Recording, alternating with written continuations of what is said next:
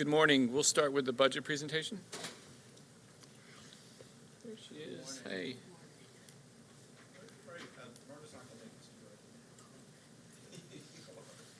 Rose between two thorns. No, a thorn between two roses. What's that expression? What's that expression? A thorn between two roses. All right. Good morning, Courtney Desabay, Special Assistant to the Chief Financial Officer. You guys have the presentations in front of you? I don't see them on the screen. Okay. So I can just go through.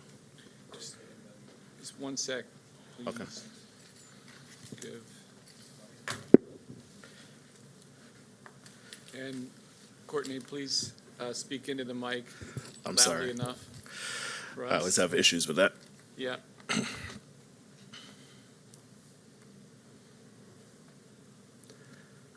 budget update.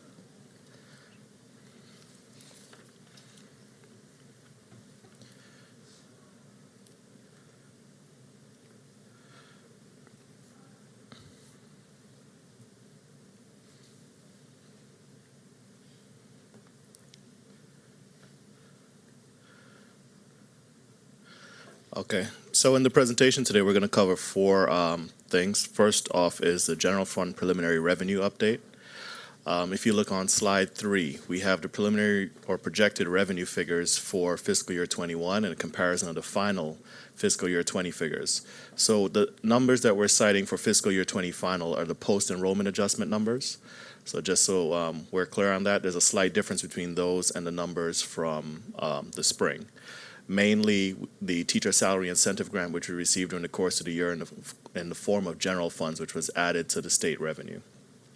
So if you look at these two side by side, you see the state numbers are fairly similar. The decrease is really just based on non-pub estimate.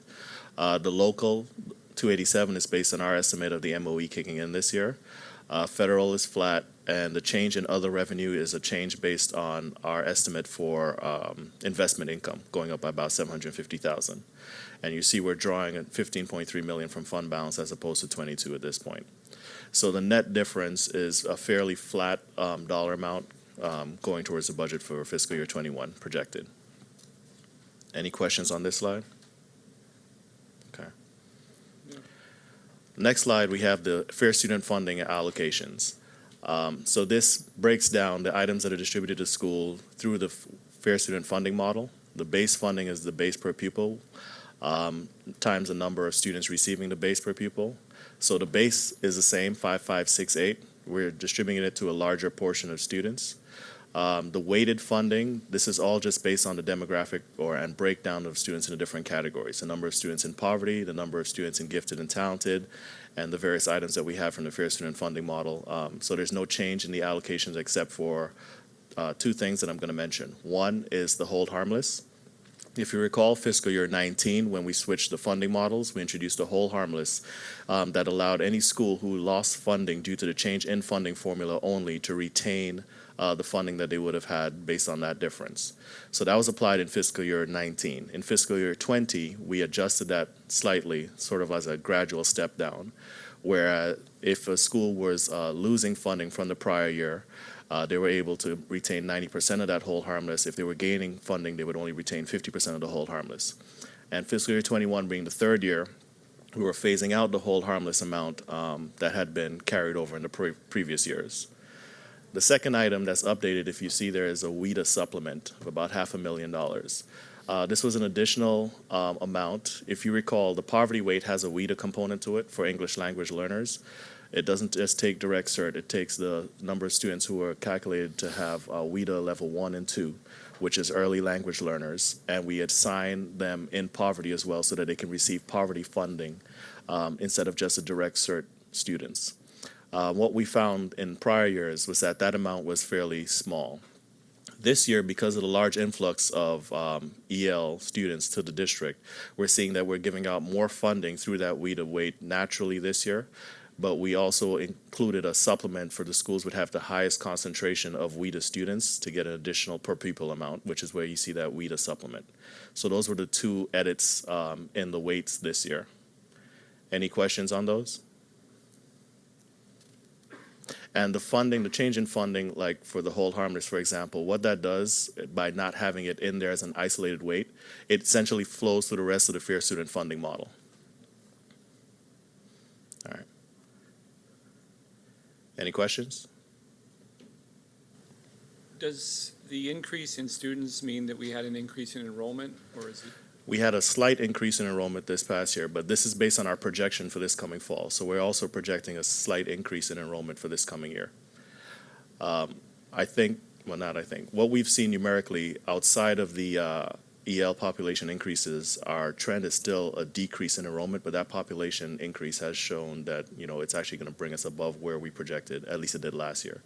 And we think that may also be the trend for this coming year. And that's after how many years of decreases? We had been having consistent decreases from about 2015, 2014. Is this a significant turn? It is a significant turn, but like I said, I want to stress that it's largely due, at least from what we can see numerically, from the increases in the EL population. EL?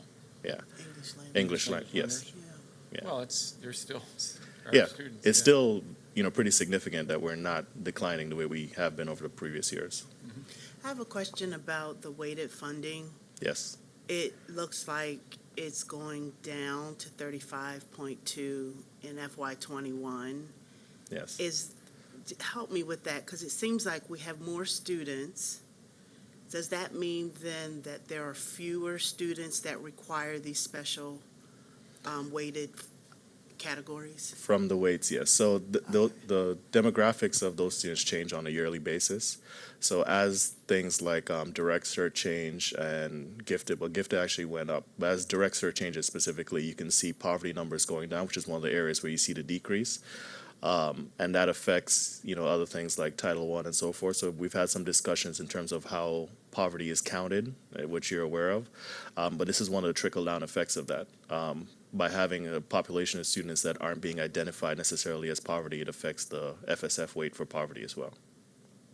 Well, the decrease is also roughly equal to the hold harmless. What actually happened to the hold harmless revenue, or the hold harmless, did that get spread throughout? It does. the So to budget, provide the or- hold harmless funding, we take money away from the rest of the model, like the base and everywhere else. So by taking out the hold harmless, it's one less subtraction, so the funding is spread amongst the other items. The other thing, you know, to take into consideration here, while the FSF allocation is a little bit lower, the allocation to schools is still fairly similar because we did assign more in terms of locked funding and locked positions, specifically in EL again, where that went up by about $6 million this year from last year. This is a question for Christian. I actually am struggling to hear him. Would it be helpful if two mics were on at the same time? That wouldn't help? Okay. Okay, thank you. Check, check. Better. All right. I'm sorry. What was the last question that you did not, or last thing you did not hear? I can repeat. It was all a big rumble, so you could repeat your whole answer again. The whole answer again. So I was saying that despite the FSF total going down slightly, the total allocations to schools is still similar. And part of what's not shown here is the locked positions allocation. So we increased the funding for locked positions. Specifically, EL went up by about $6 million more. All right. Next are the per pupil changes. So fiscal year 20 final, which again is post-enrollment adjustments.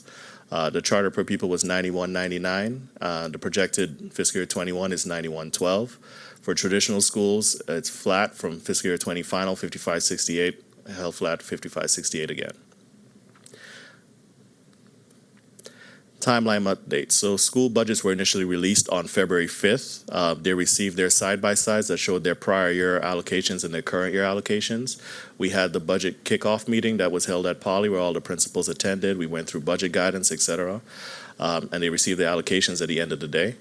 The school budget tool went live on Monday, February 10th, and we have the budget collaboratives taking place right now. They started last week, Thursday.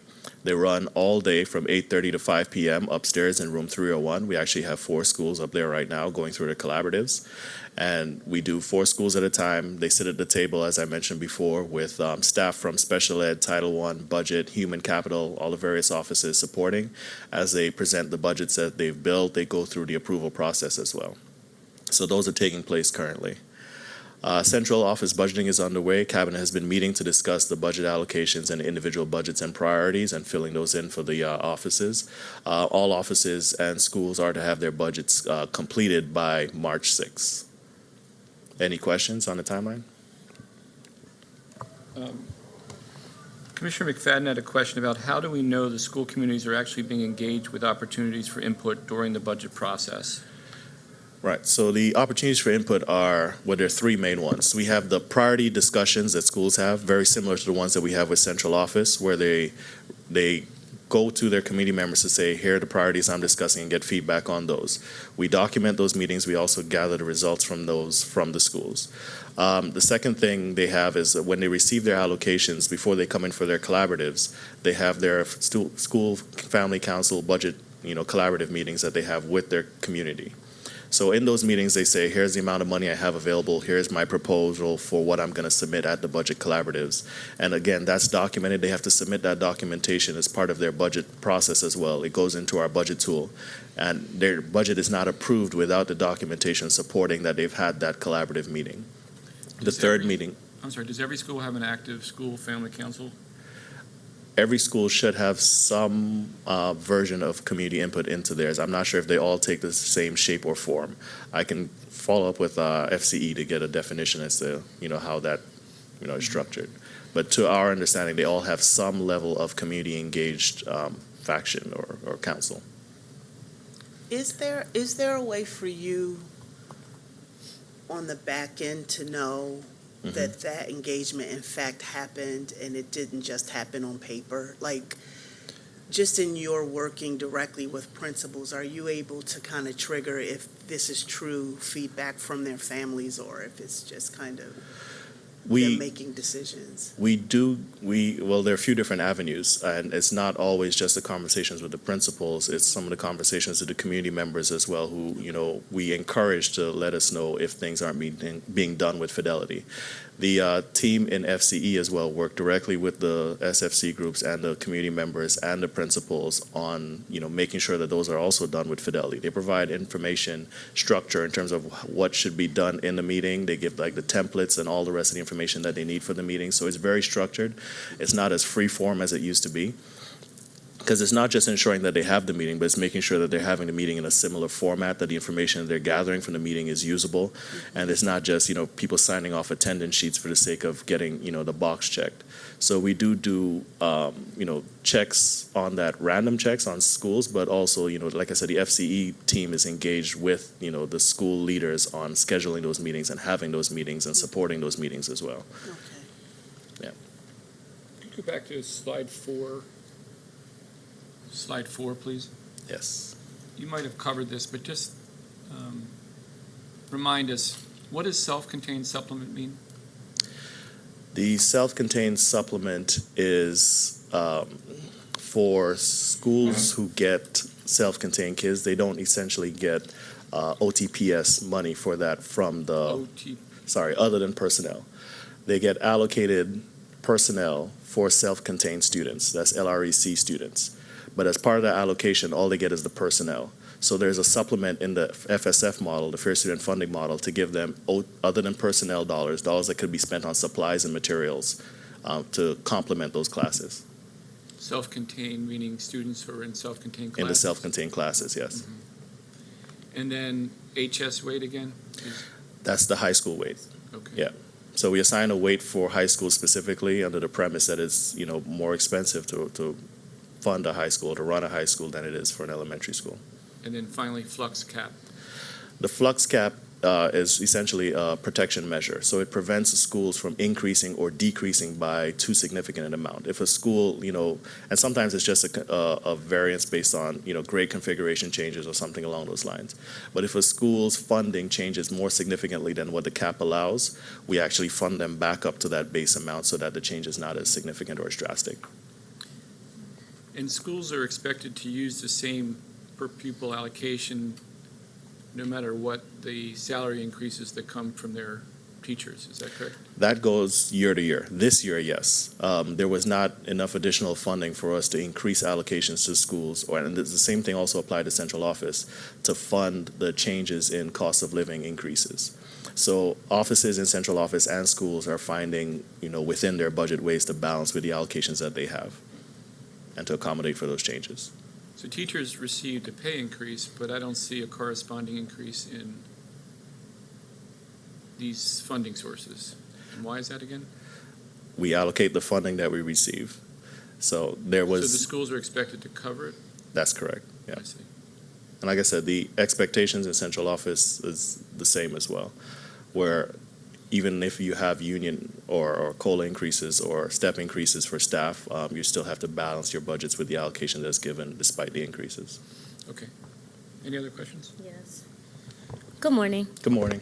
For slide 5 for the per pupil changes, 2 questions. One, and you can do this after the meeting. Sure. Could you provide us with what the final fiscal year 19 was for charter and traditional? And then my second question is, I noticed an $87 decrease for charter, and I may have missed that, but could you speak to that for me? Sure. So the funding allocated for the charters was fairly flat. The main change that you see in the per pupil is because you're dividing it by a larger number of students based on the projected enrollment increase. So the total dollars is fairly similar. You're just dividing it by a larger amount of kids to get the per pupil amount. The original, and I can send you the fiscal year 19 and the fiscal year 20 budget numbers as well, because there were different numbers in the spring last year. For charters, that was about 9108, and for traditional schools, it was a little higher. It actually went down at enrollment adjustments.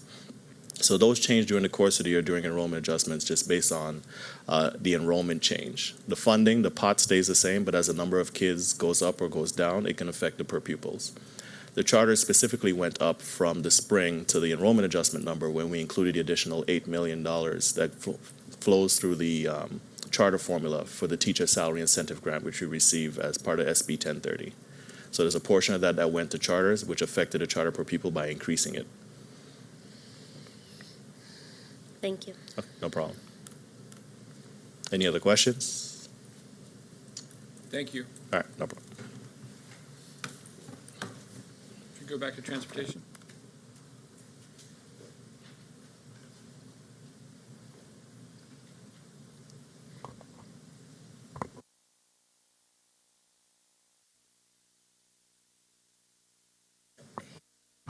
Good morning.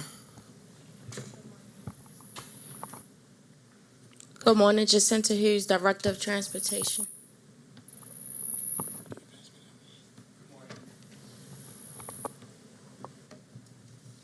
My name is Robert Marshall, Assistant Director of Transportation. Okay. Just want to remind you to please hold the mic close to your mouth if you're a low talker. Thanks. Yes, sir. So we will be providing an update for transportation. We'll go over the overview of our students. We were in the process of developing a strategic plan, as well as our next steps. So the different modes of transportation that we transport on are MTA, corner to corner, curb to curb, swing space, and extracurricular activities. As you all may know, most of our bus routes are contracted out. Approximately 95% are through contractors and 5% in-house. If you look at the students that we transport, they are geographically dispersed. You will see that a student. I'm sorry, can you go back to the first slide? Sure. I think we're having trouble hearing you, so maybe we can turn up the mics again a bit, and just if you could maybe. I think I'm hearing some feedback on maybe myself. not. He's getting feedback. Testing. Okay. Okay. I mean, should we try one of these mics over here? It's the, oh, okay. Well, we'll do our best to hear you. If you could- Okay, and if you need us to repeat anything, just feel free. Okay. Did you have a question on this side? I just wanted to take a minute just to look at it. Okay. And if you want, I can talk through it. You guys okay with this? Yeah, I have a question. Okay. Want me to talk through it? Yeah, he can talk through it for you. Go ahead and explain Okay, it to us. so I will start with MTA. Our eligibility for MTA riders, we transport middle and high school students who live greater than 1.5 miles from their school. What table? They moving it up closer to us. Yeah, everything is set a certain way because we're set up separate and stuff like that. They're gonna move the table up. Okay. I will take a break.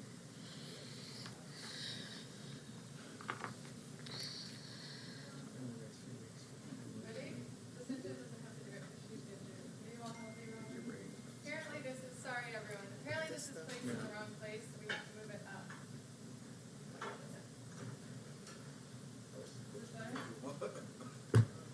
It's better. Is it? Sorry about that. No It's problem. okay. Thank Learn you. something new every day. Her blazer is cute. That's where it should be I'm anyway. fine with that. So as long as I can- Testing. Oh, this sounds amazing. Yes. Yes. Thanks, Cleo. Okay, so I will start over. Wow, this sounds great. So MTA eligibility, You we look better transport. closer up. I feel better. I thought it was a coffee, but I think it's the mic. We transport middle and high school students who live greater than 1.5 miles from their school. If they live within 1.5 miles, then they're considered a walker. There are special cases where we override that status, but for the most part, 1.5 mile or greater is the criteria.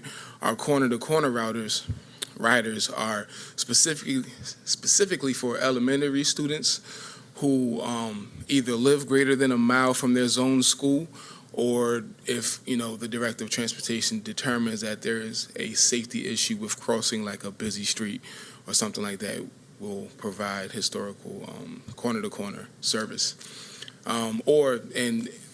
For prime example, upcoming next year, there's a few schools that are combining, so the zones are expanding.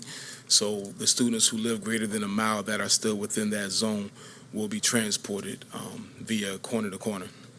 Curb-to-curb is where the majority of our yellow bus riders ride. Curb-to-curb service is the two biggest populations of students that ride curb-to-curb as we currently stand are IEP and homeless students. The homeless students are mostly elementary. If a student is considered homeless and they're in middle or high school, we'll give them a MTA pass to travel to and from school. Swing space is really the same thing as corner to corner. The only difference is the swing space schools are temporarily housed in a location that's outside of their home school's permanent location. So swing space transportation is temporary while their 21st century school is being remodeled. Extracurricular and special events can be anything from athletics, Special Olympics, school field trips, etc. Any questions on this slide before we move forward? I do. Thank you so much. This No problem. chart is beautiful and it's very helpful. I have two questions.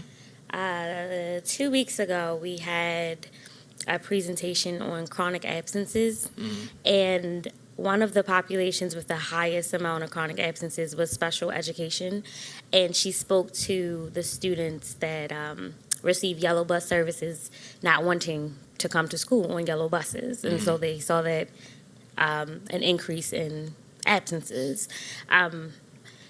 What alternatives do those students have? In looking at the chart, there are a myriad of services, but what alternatives do those students have in a way for us to circumvent that chronic absenteeism for that population-specific special ed? So the tricky part with curb-to-curb transportation is if and I'm specifically talking about the students with disabilities population. If the IEP team determines that transportation is a requirement of their IEP, then we have to at least offer it. Parents do have the option to decline it. They have the option to, if it's a middle or high school student, to request MTA. But so, for lack of a better term, so we cannot not offer it, but at the same time, it's up to the parent to decide whether or not he or she wants to go with the IEP team's determination or figure out another mode of transportation. Another method.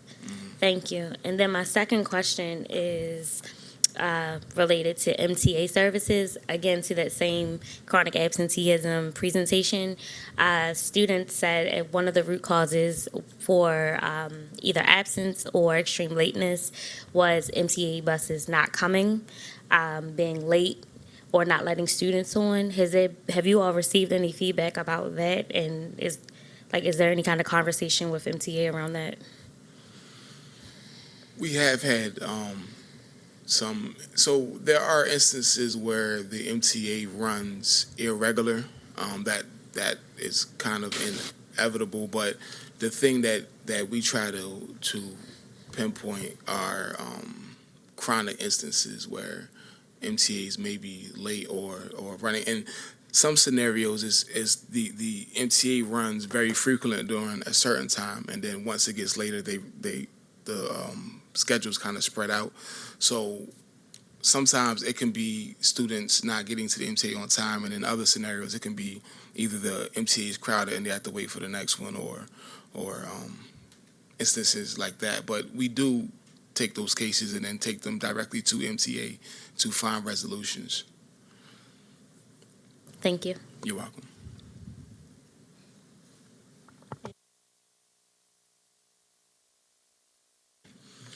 So these three maps show not only where students live, but the lines show where they travel to get to school. And you'll see, different from other counties who operate majority corner-to-corner transportation, we do mostly door-to-door when it comes to our yellow buses, and it's very difficult to fill up a bus. Our average, actually our max students that we like to put on one bus is 12, even if the bus has 20 seats. But putting more than 12 students on one bus could dramatically increase their ride time on the bus. So this is a example of, why we need so many buses for the students that we transport curb to curb. Any questions on this before we move forward? Get these maps blown up so we can actually get a sense of what they're representing.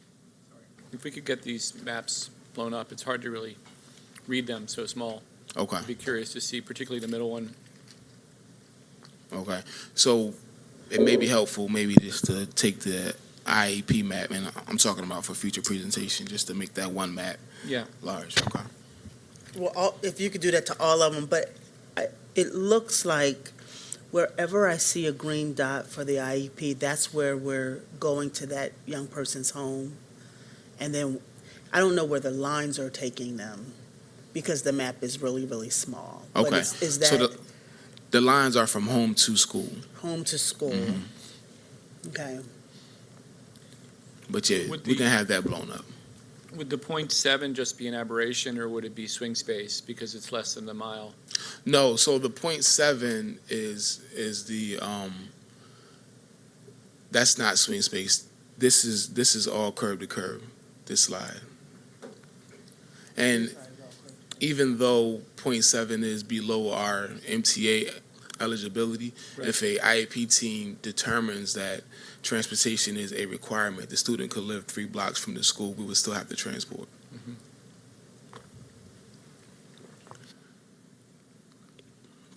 So, Oh, no, I was just making a connection. So if this is all curb to curb, then it would be, this is all considered special ed, even though this is a no. homeless service.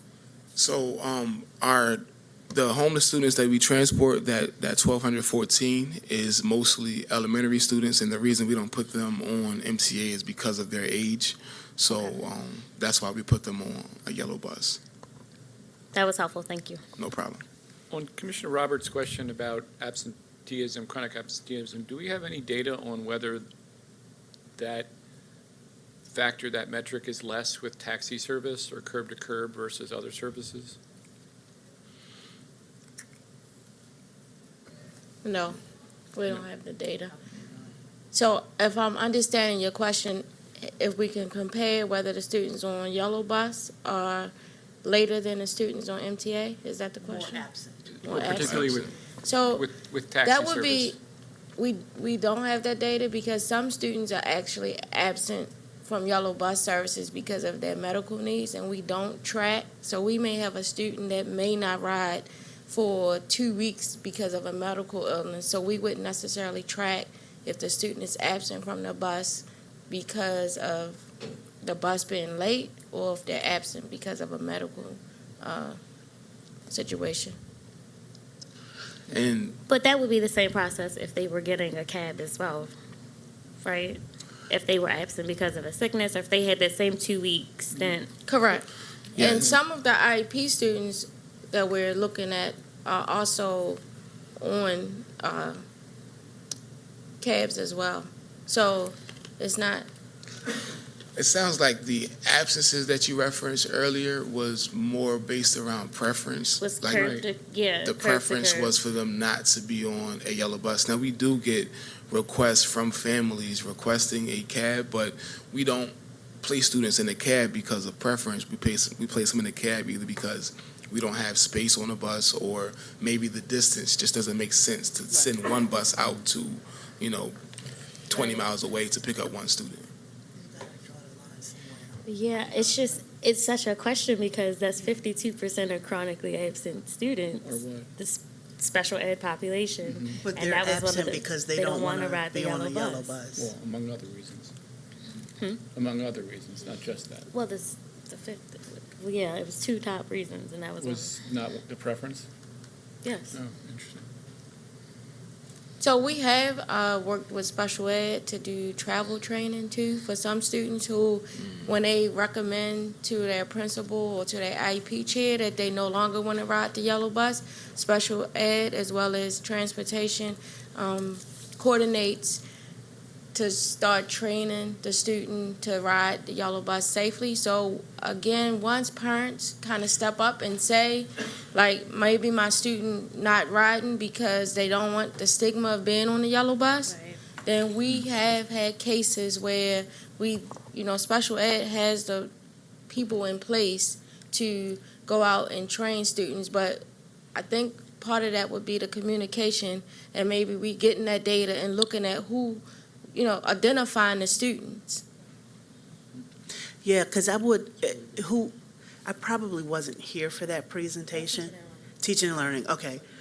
Because it would be nice to tie in, how did they calculate that 52% of students are saying they don't want to be on the yellow bus? And then if that is the case, do we need to amp up this transportation training mechanism that the district's already doing?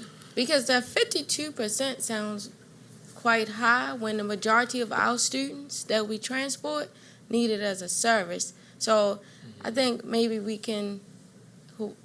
I can talk to Teaching and Learning who gave That's that right. presentation to look at the numbers, and we can collaborate because I'd like to see who the students are. Yes, Who they are, I think right. that's right. If, can we put that in, can we capture that we'd like the two departments to follow up to, and first of all, work together on those Absolutely. numbers, and then maybe come to us with some sort of here's what we found and here's what we can do. Right. Okay. And there are some instances where there's students that we transport via yellow bus, but on the weekends they travel with their friends to and from the mall on MTA. So it would be nice to get that around the clock, especially for after they exit the school system. Like that's a valuable. We can Okay. So we are currently developing a transportation strategic plan. This is a 5-year strategy. The three focus areas that we are focusing on are safety, contractor management, and assignment and scheduling of transportation. Can you hear me? All right. So the three areas that we're focusing on is safety, contractor management, and assignment and scheduling of transportation. So we are focusing on these three areas to see what we can do to raise the level of service that we provide now and what changes we need to make to have that continue to rise in the future. Any questions on this slide before we move forward? Just give us a lot to absorb, just give us one. Yeah. You're just starting this plan, is what you're saying? No, we started it, what was it, midsummer? We started Yeah. the development of it midsummer, so now we are starting to execute certain pieces of it, especially like the low-hanging fruits, any things that we can get done quicker. Those are So our talk to us a little bit about that. Like what were the low-hanging fruit that you were able to just kind of start changing? So for instance, for the assignment and scheduling of transportation, we moved back the route times to arrive to the school 10 minutes before the bell times. That was something that we implemented during the process of writing, and hopefully then students got to school earlier than later. It is also a partnership with the schools because we need the schools to open the doors when we arrive. So with Yes. the teacher contracts, that was a little, but we were able to get buses to school earlier to, that was one of our low hanging that we could institute. The contractor management, we started to go to, we've assigned some department assistants, hired different additional staff to go to the school contractors and monitor their lots to make sure that their staff, that they're using the staff that we've already certified. It's also like an initiative for the safety. We have, we went through all of our equipment to make sure that it was no expired equipment. We've updated how we track our equipment. So those were some of the things in each of the areas that we could immediately do to make us safer. And I think it might be helpful if you talk about the impetus of how the transportation plan started, and that also is a 5-year transportation plan. So it's one that's supposed to happen over a period of time. Your responses to Commissioner Richardson's questions, I think this slide would benefit from another slide, which is these are the objectives, and here are some of the accomplishments under these Okay. objectives. Okay. Yeah. I do appreciate this because since I've been on the board, transportation has been a really big challenge. So I Yes. appreciate that you all are being smart about it, creating a strategic plan. It's going to be a 5-year plan, is what I just heard you say. Yes. So, yeah, so when you come before us again, it would be nice to know, like, to Commissioner Frank's point, having a slide that shows us kind of what the objectives are and then what you've accomplished as a result of the plan. Okay. Okay. So, Under contract management, I know in the past you've expressed to us some frustration in your ability to hold contractors accountable because there's a lack of contractors in general. yes. And I'm curious how you're achieving these objectives with contractors in the past over whom we haven't had much leverage because essentially we need them more than they need us. I can give you two examples. One is a short-term example, and one is more long-term. So the short-term example is the department assistants that Jacinta talked about earlier, that we brought them on board to go to where the contractors serve, like go to the schools that the contractors serve to make sure that they're properly doing what they're supposed to be doing, as well as going to their lots to make sure that they are in compliance. So that's something that we're doing now that in the past we didn't have the capacity to do. So that's a short-term example. Long-term is a part of our strategic plan is to figure out how we can increase our capacity in-house.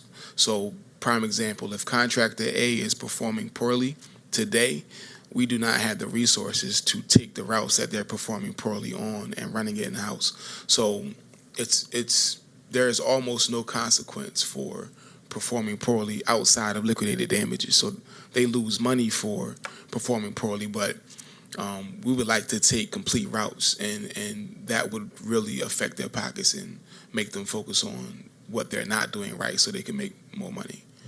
Can you build in liquidated damages for lack of performance if they don't perform? Oh, it's in there. So we currently have liquidated damages for poor performance, but again, it's not meant to be punitive. Right. So oftentimes we are, assessing the liquidated damages, but it does not improve the quality of services for students. So if we could take the entire route, we're looking to improve services. And we have, in the past 2 years, collected at least 75% more in liquidated damages than what we were doing in prior years. So we Yes. also, with our GPS systems that we have on the buses, with the department assistants on site, like, we are well aware better today of what the problems are. It's just now determining a better resolution beyond liquidated damages to stop the problem.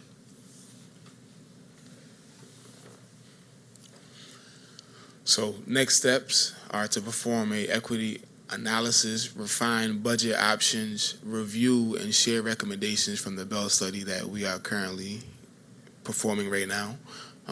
Deep dive into data sources to track progress and impact of the plan, as well as develop a detailed timeline for implementation. So we are working on the timeline now. And I mentioned the Bell study in this slide. The next slide is a sample of some of the recommendations that came out of the Bell study that we're currently undergoing. And this is super preliminary, but we did want to just give you an example of how the vendor who is doing the Bell study is looking at how we're operating. So they gave us 3 scenarios. One was a 15-minute constraint. One was unconstrained, and the third scenario gave us 5 bell times. So to put a little context on our bell times, we currently have 12 a.m. bell times and 24 p.m. bell times, which makes routing in the Office of Pupil Transportation similar to trying to solve a Rubik's Cube. So there's a lot of moving pieces. I think 35% of our students ride a different bus home than they ride to school in the a.m. or a cab. So it's difficult to put a student on the same bus a.m. and p.m. because of the 24 p.m. bell times compared to the 12 a.m. So if I'm a bus driver serving 3 schools in the p.m., 2 of those schools may get out close to the same time. That will make it impossible for me to take those kids home that I brought this morning. So our routers have to route those students on a completely different bus home. So the 15-minute constraint is what the contractor did by taking our current bell times, and they didn't make a change that was greater than 15 minutes. So if the current bell time is 8 o'clock, the change wouldn't be no earlier than 7:45 and no later than 8:15. So that's the 15-minute constraint. Unconstrained didn't put any time restraints on those bell times, so they could move the schools accordingly to what they felt was a better fit. And the 5 bell times was taking our 11 a.m. bell times and reducing that to only 5 and putting all of those schools within those 5 bell times. And I'm sorry, there's a 4th scenario which says early, late, mixed student pods. That scenario was a group of bell times about 15 minutes apart in the a.m. In the early part of the morning, and a second group of bell times in the later part of the morning. So what that does is those buses that serve those super early bell times, they have about an hour to an hour and a half gap to pick up more students and drop them off to the later bell times, which currently our earliest bell time is 7:30, and the latest is 9:30 right now. But what they looked at was a group of bell times within that 7 o'clock hour, and then another group between 8:30 and about 9:15.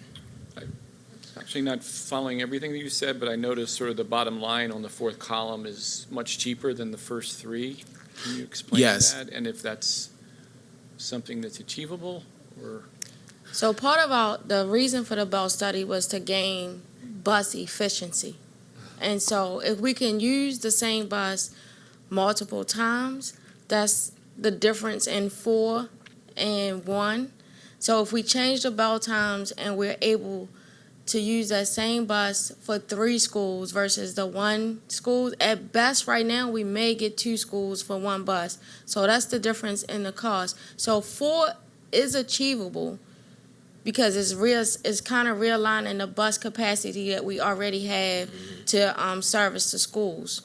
1 is kind of not attainable unless we get a whole bunch of money. So, But it seems like a sort of big idea where you've got a consultant who's considered 4 different scenarios. 3 of them are within $1 million of each other, and I guess are reflected in the current budget of $77 million. And then this 4th, which honestly I don't quite get, but I'm focused again on the bottom line, is a savings of almost $30 million. So it's not a savings. You mean from scenario 1 to Cost that? of- So what? 4 looking at is the cost of service of 77 versus 45, just 55. Yeah, it's a cost difference. So scenarios 1 through 3 also factored in the students that we currently have on cabs, what it would take to get all students on bus. So scenario 4 decreased the number of students in cabs significantly, but it didn't take it down to 0.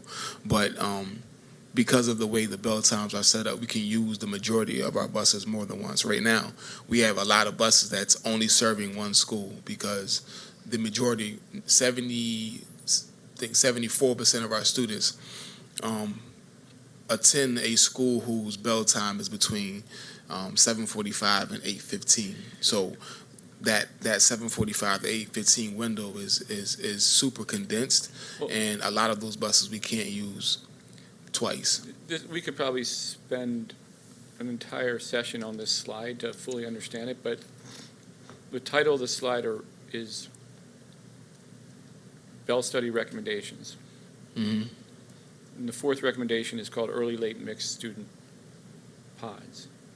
And the bottom line cost of that is between 20 and $30 million less than the other 3 recommendations.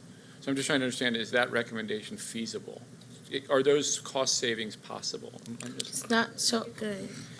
I just want to, before you answer, Dr. Washington, has Chief of Schools been a part of this, seen this study? And like, what are the other considerations that we're not seeing here for moving the bell schedule? So this is all very preliminary. This is why it's sample. This is a study that's going on right now where we're having a conversation with the consultant just to look at different ways. And what Jacinta's saying about that it's not cost saving is because the transportation budget is nowhere near $77 million. And so what the request for the consultants were to just run different scenarios to give us a general sense of what it would cost in order to efficiently operate the system, and understanding that we don't have that. What would it cost for us for it to be even feasible based off closer to what their transportation budget is? And so you look at it, again, this is very preliminary. This is all still in conversation and discussion. But you look at it, scenario 4, the last one, it takes in consideration that most of your students, you're still going to have a number of students who are still in cabs. Mm-hmm. So a scenario, the 15-minute constraint is probably the most ideal. It's what how other school systems operate, addressing buses being late, getting all of our students off cabs, and we're saying that that's the cost would be $77 million, which is not what transportation budget is. That's the ideal situation. So what can we do to get them closer to what's efficient, but maybe not as ideal? Gotcha. Would it be useful to have a column that represents the current situation? It is, yeah, we should. So we can compare? Mm-hmm. Okay. And is it any type of information that could help create the best possible solution that Chief of Schools that shop could provide to make a realistic? Definitely. And so I think that just to step back, this is still very preliminary analysis. And so I think that for the team, when they said that there's a Bell study, we just want to give you a general sense of what that Bell study looks like when they just say Bell study. And so that's what this sample is, but it's very much a lot of conversations and discussions need to happen around this. You're welcome. Thank you. MSDE Oversight. So for the past 2 years, transportation has been under a corrective action plan with MSDE. The effective date was December 2017. The original planned end date was December of 2018. Once we got closer to that point, we realized that there was still a lot more improvements that needed to be made. So the CAP was extended, and we finally ended it December of last year, just 2 months ago. The departments involved was us, OPT, Office of Special Education, the school's office, ITD, as well as OAA.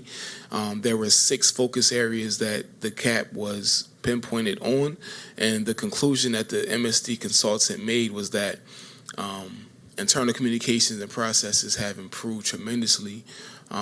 However, her concern is that Baltimore City Public Schools still does not have the resources commensurate with the demand on transportation, and that alone is the source of a lot of problems that we currently face.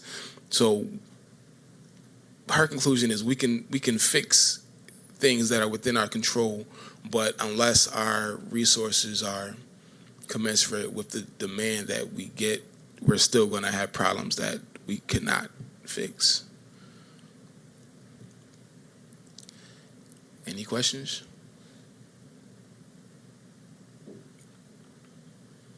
Nope. No? Thank you all Thank very you. much. Thank you. Okay. Employee evaluation update.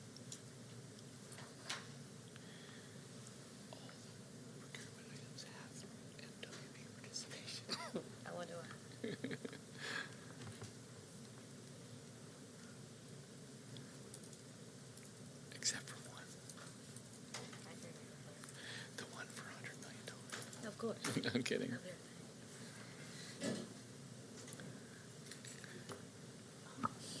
Good morning. Hi, good morning, Commissioners. Should I wait? Oh, okay. Hi, good morning, Commissioners. My name is Jessie Papia, Director of Employee Effectiveness for our Employee Evaluation Update. With me is Jerome Jones, our Director of Labor Relations and Negotiations. We'll be going through, kind of grounded in our strategies out of the Office of Human Capital, some updates related to our work this year as it comes to evaluations.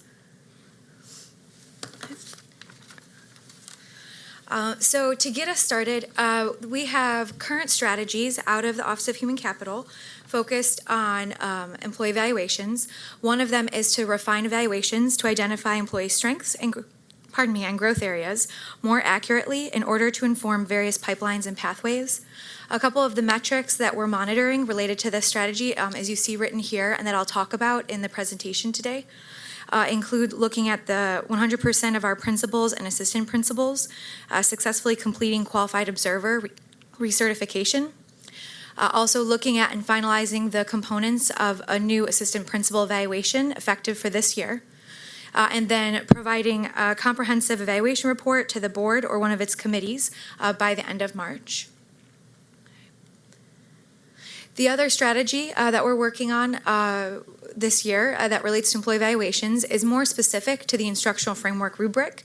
That is a rubric that is specific to classroom teacher observations. Our strategy is to revise and make sure it better aligns with the blueprint. And really coupled under here is making sure it's aligning better to the curriculum and content standards that our teachers are instructing under and our students are learning. Metrics that we're monitoring include making sure that there's a revised version, draft of the instructional framework rubric to be available during this year, a foundation year. So that means it would be available for us to gather input from stakeholders to begin training and communication around. It is draft and it will be revised before it's final for next year's implementation. Another metric that. Can you pause there? I'm Oh, yeah. sorry. So as I understood it, that work is supposed to be happening this year. Yes. And so it has been happening with stakeholder groups, is that what you're saying? But it's not finalized yet? Yes, correct. Okay, Yep, okay. and in the appendix, we have a list of the different opportunities that we've made available for stakeholder engagement that have Okay. already occurred this year. Okay, thank And I you. can talk more about that. Related to that, the feedback we're interested in gathering, we like to have at least feedback from 10% of our principals and assistant principals. They're the school-based folks who serve as qualified observers, and at least 5% of our teachers by the end of March. And then looking at being able to communicate the final instructional framework rubric, that would be for use next year by the end of May. Again, this is just to do a better job of early communication with stakeholders.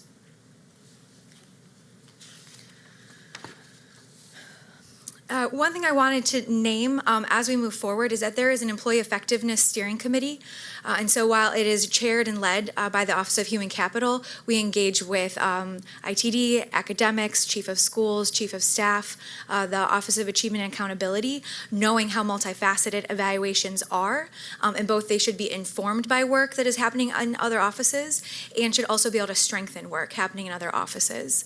A lot of times our time and our energy has really been sitting in the space of designing and building and then implementing evaluations. We are very interested in how we start to shift into, once there are things and evaluations that have been in place for several years, that monitoring and assessing. One example is that we're often looking at completion rates for elements of an employee evaluation. This year, we were able to, after the SLO target submission deadline for our teachers in the winter, we were able to roll out a survey for feedback on how the process felt. And so that's an additional layer to the quality of our work that we're interested in being able to expand. I'm sorry. Yep. I'm just trying to understand this slide here. Absolutely.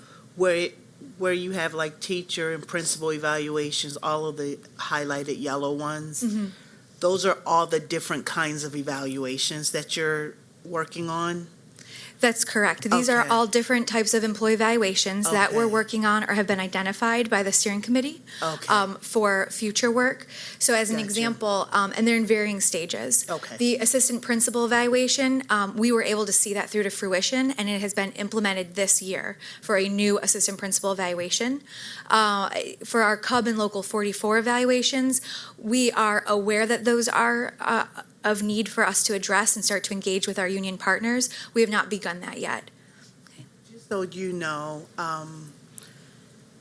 there are members of the board that are extremely interested in the ILED evaluations. And so that's been a question that's come up at the board level that we're just really unclear about. So really interested in seeing that move forward. Thank you very much. And one thing I would also name, and that's helpful, and we can also follow up with any questions, there was some discussion around ILED evaluations under the Wallace work as well, so we could see how we can link in some information there for you. So one of the metrics, and as I mentioned actually on the previous slide, that was a focus for this year was the implementation, the rollout of a new assistant principal evaluation. We were able to do this in time for this year. It was following a year of work together with a school leader working group in partnership with Pizzazza and gathering feedback from school leaders both in person and via survey during school year 2018-19. We were then able to launch for this year.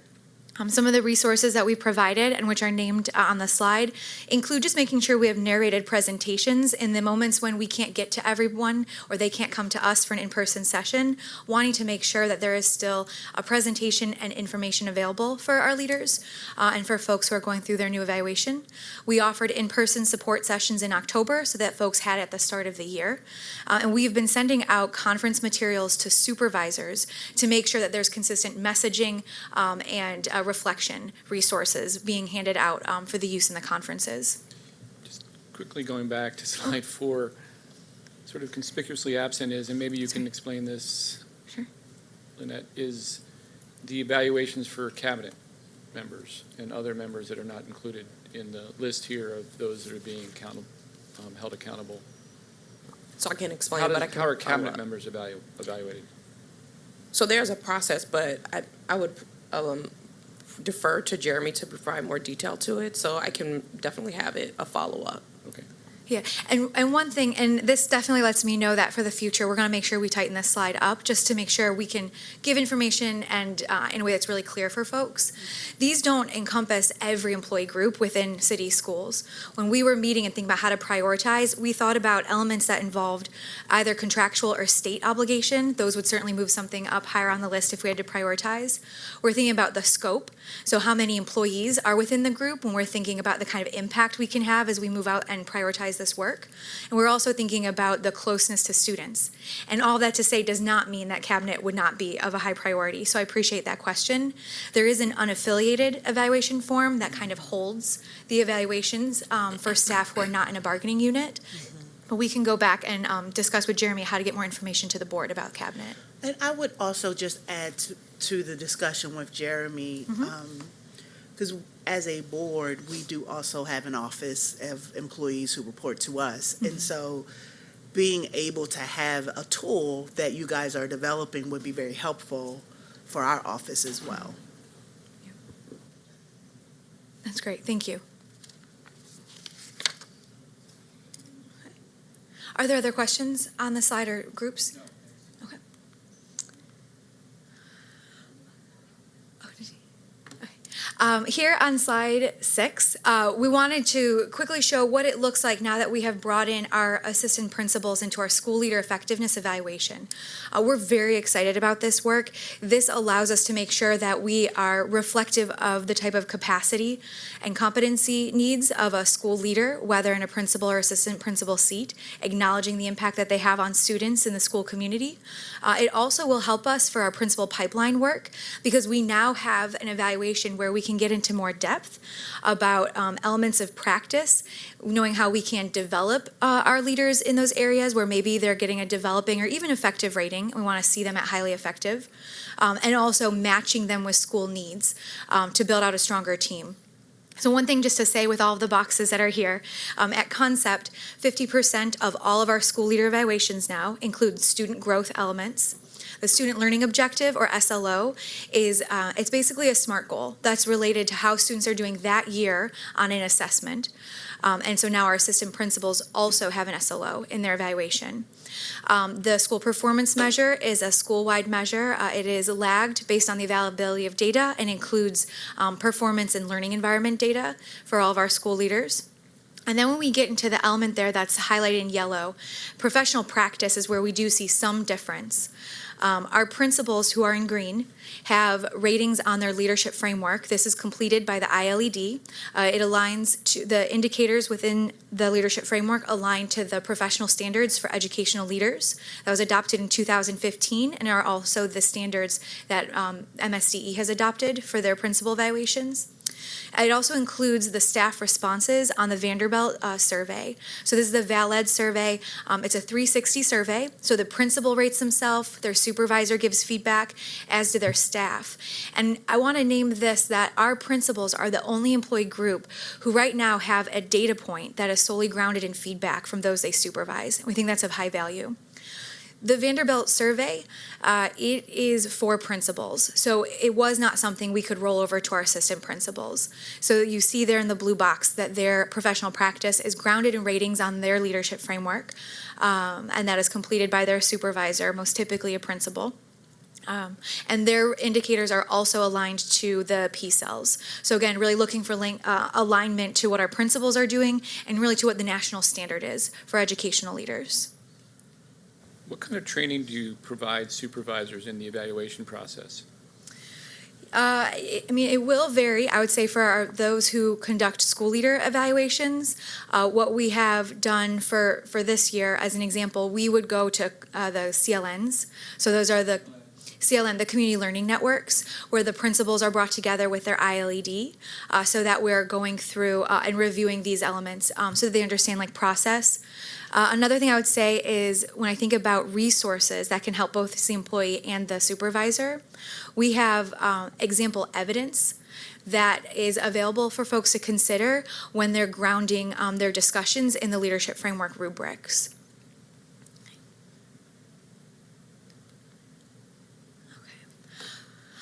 So that work for the assistant principal evaluations is effective for this year. So that is the evaluation that they're experiencing this year, have been getting support in. I'm now pivoting to talk more about our work around teacher evaluations and in particular formal observations. What you see on the slide is just showing how we're looking at this as a 3-year process.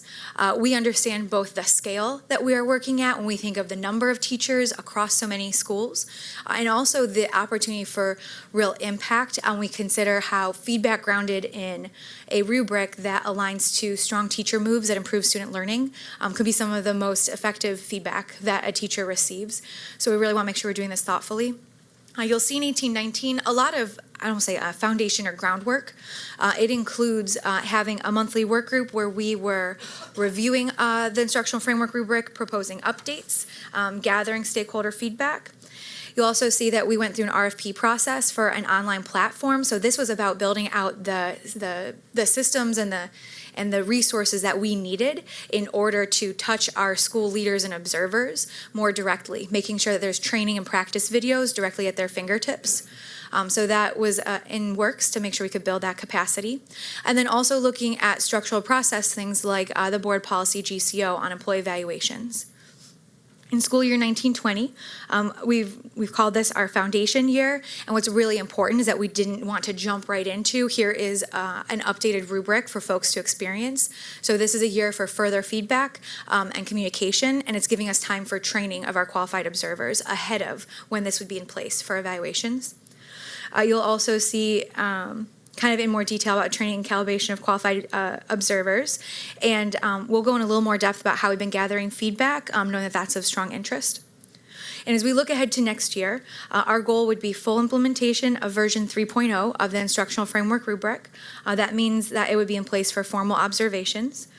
It would also be static. So again, we'll have a static rubric that folks can look to, can leverage, align for informal feedback, for training. But again, it would be that static resource that our district has had for the last 7 years. We would look at how, again, with the online platform and blended with our work with ILEDs, how we're going to provide ongoing support for qualified observers and school teams. One thing I would name about our contract for the online platform is that we have the opportunity to extend that contract in 2-year increments. And under those expansions, there's also the ability to increase the number of licenses we have. This is certainly going to come down to how best we can use what we've been budgeted and our resources, but we do have an interest in expanding into teacher groups, making sure that more than just our school-based administrators have access to the training and resources online.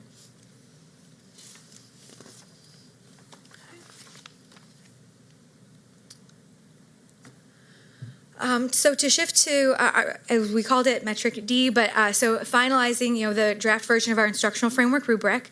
Our goal was by August 2019. The version we rolled out was in September. It was finalized in September. So we're a little bit later than we had wanted to be. But a lot of it had to do with making sure that we were integrating feedback that we had received and really wanted to be thoughtful with the version that we put out. What we are interested in, and here's a way that right now we are summarizing, but similar to the key shifts when there were the changes in Common Core, we want to think about how we can communicate to so many stakeholders about what the key shifts are in Instructional Framework Rubric 3.0. I'm really trying to get at some of the intent of the rubric. So folks can see them written here. A couple examples I would just name about what this would mean is that, for example, facilitation and not presentation. There are a wide range of ways that teachers help students dive into the material, and that could include inquiry-based, discovery-based, could also include presentation, but we wanted to broaden some of that for our different classroom settings. Another example that I would give is around grade level or above standards-based instruction. So wanting to be more explicit in our rubric that we are looking at making sure our students are exposed to grade level content standards or above when they're learning. We're also in the broadening key actions on adding specificity. I would just name here, and I can kind of pause because I know we could go on for days about this rubric, but what we've done is in our current rubric, there's some language that is very specific to a certain strategy. For example, check for understanding. There's a lot of different ways that a teacher can progress monitor how students are doing. So check for understanding is just one. So we've broadened that language in the rubric to try to hold more examples of what a teacher might do when the observer comes in. We've added specificity by expanding our footnotes.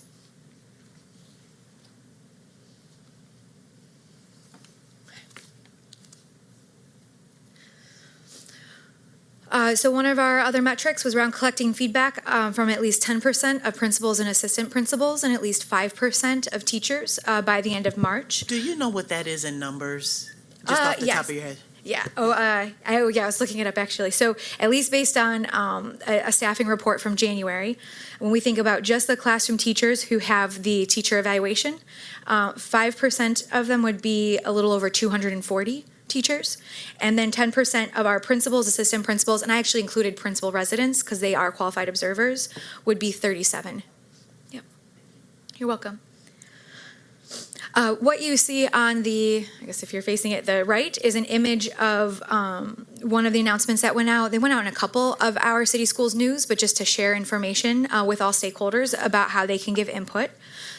In terms of the feedback we've received, again, we're aiming for the end of January so that we could synthesize. Certainly into March was our goal, but we were messaging end of January because we wanted to make sure we could gather and act on the feedback we've been receiving from folks. We will also be contracting with an external researcher. We're interested in, after this work, to make sure that somebody else who has experience in rubrics and in this area will look at our instructional framework rubric. And they're going to give us feedback on the validity. They're going to talk about the gradation of change across levels, making sure it's consistent, and looking at the descriptors that we've identified. Do they align with research-based practices around teacher moves that impact student learning? We believe we're in a strong place, but we wanted to have that extra check on the rubric. Is that consultant contract going to come before us, or you've already identified someone to do that work? We're in the midst, actually. We have several quotes that we've received. I think because of the amount, it wouldn't necessarily need to come to the board. Yep. Thanks. In terms of feedback channels, so we've named here, there's the July in-person sessions, an online survey that's been available. We had 7 online Teach Tuesdays. We looked at the January content PD days. These are just some examples. In the appendix on slide 22, there's more depth, and it includes the numbers of people we were able to touch in each of these opportunities. One thing I would just name and acknowledge, in terms of the online Teach Tuesdays, they were not as successful as we had hoped. My interest had been in not asking folks to travel to reach us. There were multiple days. People could go really in depth on certain indicators if they're interested. I think we just have more learning to do around how to structure things in a way that are more helpful for folks. We really only had 2 unique people who joined us through that platform. We did try to go where teachers are. We've heard a lot about come to folks where they are, try to minimize what is after school. So we offered and worked with content teams around having opportunities during the January 21st content PD day, because teachers would already be there. And I would say it ranged. We had, for example, we had a session with 0 folks, because it was during their lunch, it was a lunch optional session. But then we had another one with over 20. So I think it just ranges, but that was more successful than the Teach Tuesday. So that was a learning for us.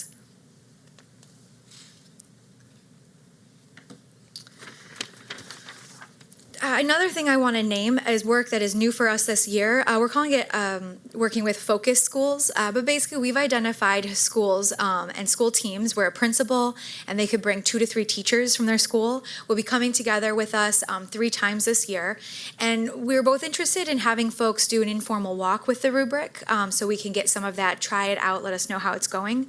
But we're also really interested in hearing from some of our schools where we get good feedback that things are going well around around what they're doing to make sure they're getting informal walkthroughs, that they're giving formative feedback to teachers. A big theme in what we heard during the board policy around employee evaluations is that teachers didn't feel like there was enough feedback or enough quality feedback. So in addition to the rubric, a rubric alone is not going to get at what we want for our teachers, which includes making sure they're getting formative, actionable, high-quality feedback that's going to help them help our students learn. And so we're also trying to think about what are other resources that we can make available and learning from our own schools to do so. These dates are 2020 or 2000, under 3 convenings? Sure. So the December one was 2019. February is actually tomorrow, so 2020. So they're happening this school year. And then we'll have the third convening will be in May 2020. And sorry. I just want to make sure I understand this. You've identified those schools already? Correct. Okay. Yep. We during with the work group that we had into the fall, we developed some recommendations. We also reached out to ILEDs for recommendations and contacted those school leaders. So is it Yes. one large convening of the principal and 2 teachers, or is it convenings at each school? Great question. Yes, it is. Thank you for that. It is everybody together. We shift to a school location, but the idea is we have. Yeah, we've got 9 schools confirmed, so it would be the 9 school leaders and then their teacher teams with them. We had a little bit lower attendance. Not everybody came to December. It was also, and again, this is a learning for me. It was the week before the winter holiday, and I had folks reach out saying, there were student performances, there were activities at the school, and so. But yes, it is everybody together, and then the idea there to have school leaders and teachers is that there are going to be learnings from folks who serve as teacher mentors, department heads, members of the ILT team that can help to augment what a school leader can bring to the discussion. Was it low enough attendance that is it worth adding another day in 2020? I think that's because of the December 19th low attendance. I think that's a great question. I would love to actually ask folks if they could. I don't know if it was at the detriment of the attendance, but I would say that the more voices we have, the better that this is going to be for folks. So I appreciate that. We've got folks tomorrow, and I'll ask them if we might be able to fit another one in. Yeah. Thank you.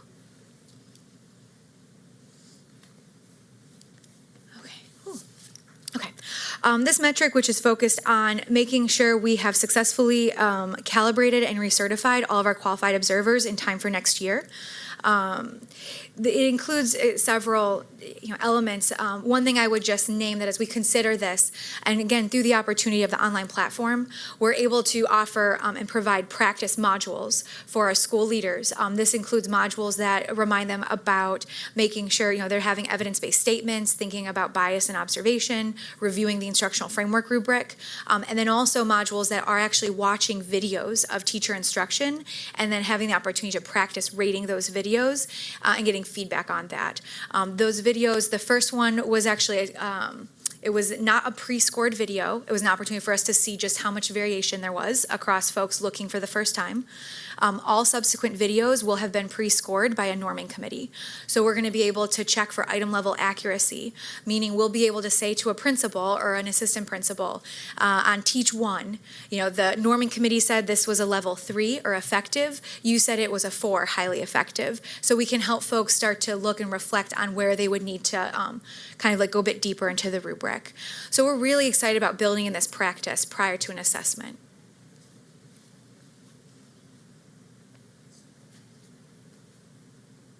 Is videoing allowed? I assume it's allowed under the labor contract, that you can video a evaluation? Great.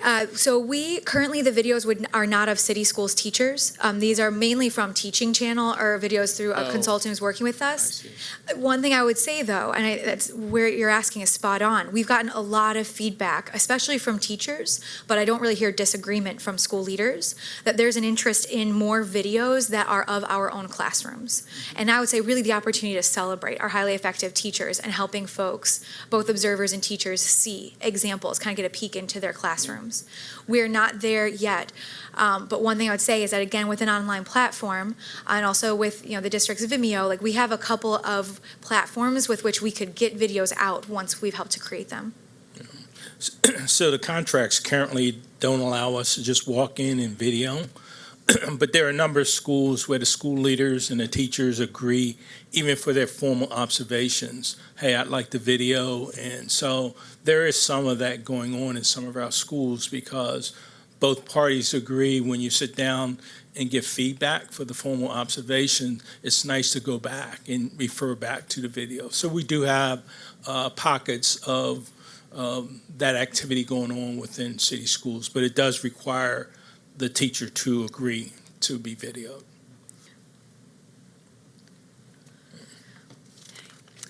And just to close us out, we wanted to name a couple of things. One of them is there's been ongoing public engagement around employee evaluations in partnership with the Baltimore Teachers Union. This really stemmed from some of the interest and energy around the board policy GCO on employee evaluations. And what we have the opportunity now to do, really reminiscent of some of the successes of the Black Teacher Retention, Recruitment and Retention Working Group, is to have a monthly meeting open to the public.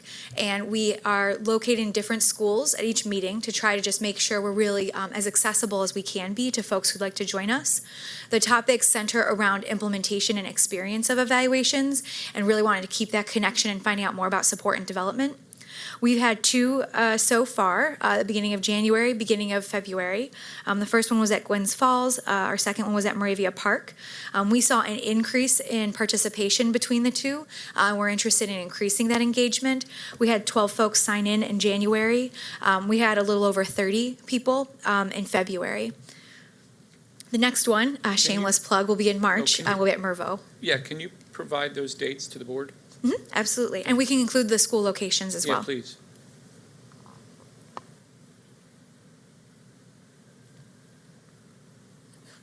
Okay. Sorry. Okay. And the last thing I would name, this slide actually comes from MSDE.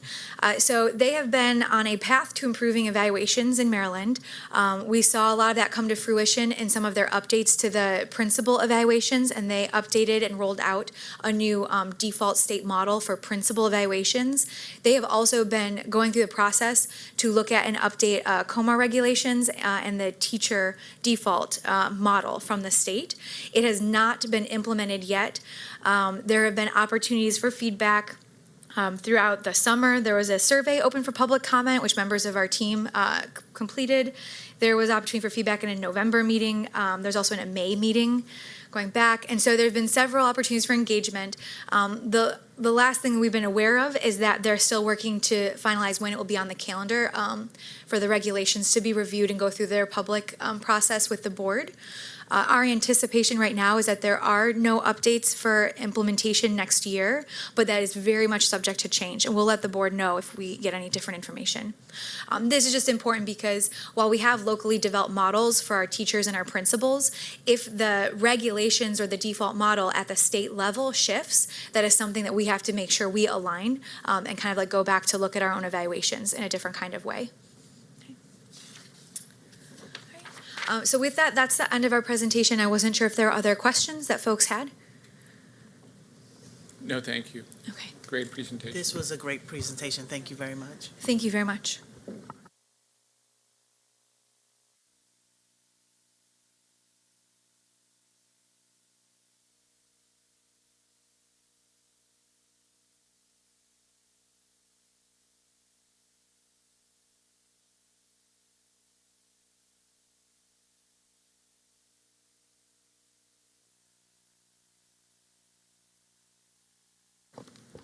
Good morning. I'm Joe Vogel, the Interim Director of Procurement. There are 12 items on the agenda for today. The first is a competitively solicited contract with Shillmore Corporation in the total amount of $1,223,636 and provides HVAC system upgrades at Liberty Elementary School. The next is a competitively solicited contract with Shillmore, again, with a total amount of $1,297,336. Contract provides HVAC installation and replacement services at Dickey Hill Elementary and Middle School. The next is a competitively solicited contract with Denver Elec in the amount of $2,150,500 and it provides HVAC installation and replacement construction services at Tench-Tillman Elementary and Middle School. The next is an increase in the annual contract amount with Colossal, Arundel Builders, JLN, and Roy Kirby from $100,000 to $600,000. It provides multi-trade building renovation and repair services at our city schools. The board originally approved this thing on March 16th of 2015. Contract term is May 11th of 2015 through May 12th of 2020. So could you tell me why that's jumping so, like, $500,000 each year? Blaine here. I'm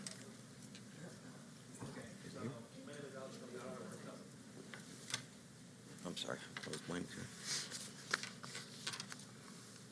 Sorry, this is my first time.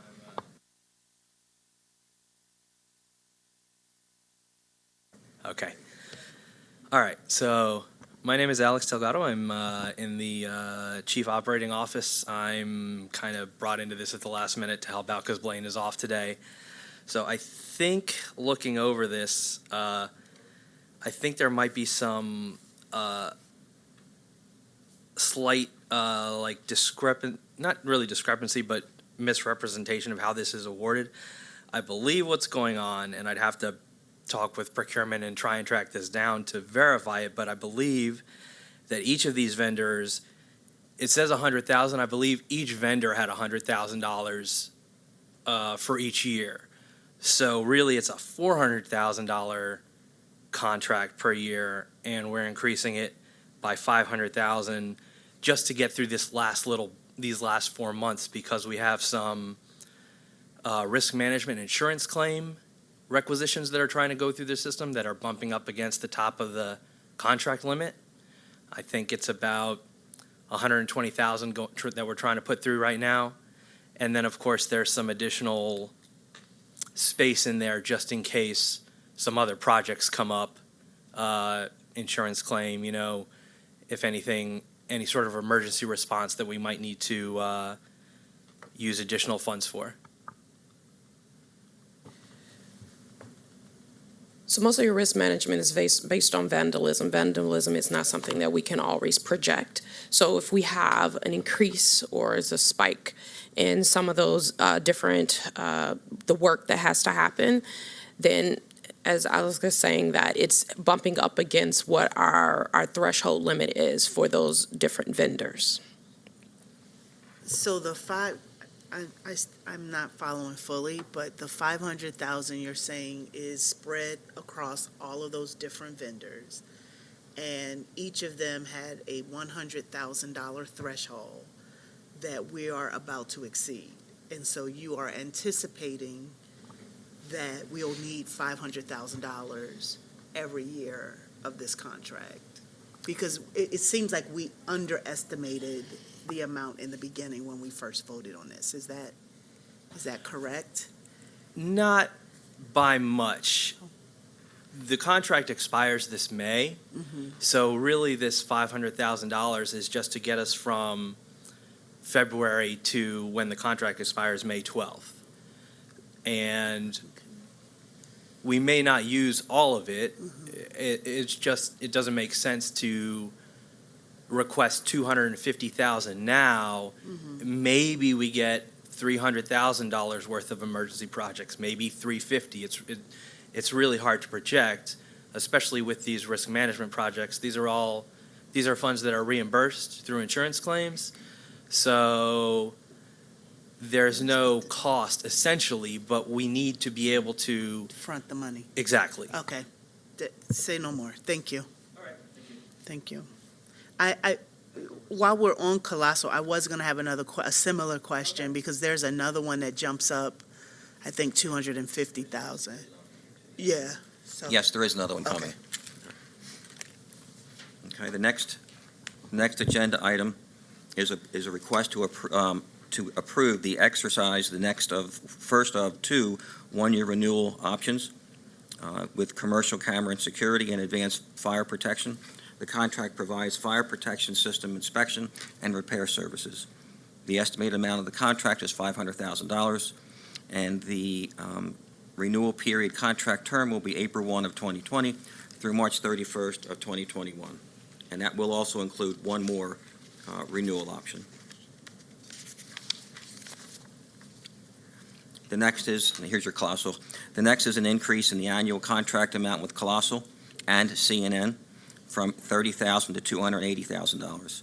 The contract provides for school gymnasium renovations and repair services. The board originally approved this contract on December 9th of 2014. The contract term will run through June 12 of 2020. Joe, you're not noting it, but just to point out, 100% of these so far include minority inclusion goals. So thank you for the MBEW participation. I figured you'd bring that up, sir. We were waiting. So this, again, is one that I'm assuming we're toward the end of the contract and we are anticipating the need for additional money. Correct. As is typically the case in requirements contracts, those contracts for repair services, things we really don't know what's going to happen. For sure, okay. We kind of guesstimate. We look at what we've done in the past.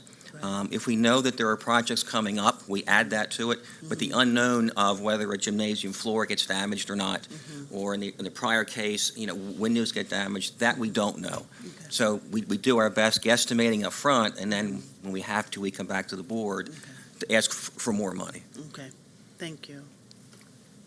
And, we've asked this before, but where does the money come from? This is unanticipated, it's above necessarily, maybe is it above what was budgeted?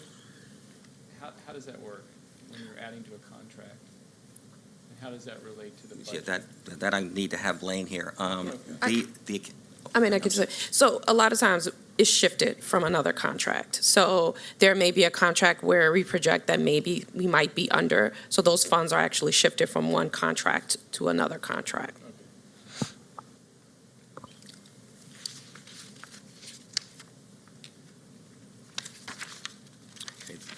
The next item is a charter school lease agreement with Five Smooth Stones Foundation. Five Smooth Stones Foundation will operate a charter school, Baltimore Collegiate School for the boys. It'll be located at the PDC campus on Northern Parkway. The contract term, July 1 of 2019 through June 30th of 2020. The lease amount is $475,669. They're leasing that from us, right? So that's Correct. money. Yes, that that's we'll money coming receive. into us, Okay. correct. The next is an increase in the annual amount for janitorial services from $9 million to $10 million. The contract was approved originally by the board on May 28th of 2019. The contract term is July 1st of 2019 through June 30th of 2022 with one 2-year option. And we're seeing more schools use these services than they have in the past. Okay. Last year, we had about 80 schools. We're almost at 90 schools now using these janitorial services. The next item is a competitively solicited contract with J.F. Fisher in the amount of $1,784,200. The contract provides vertical packaged air conditioning unit installation at Mountain Royal Elementary. With MBE goals, sir.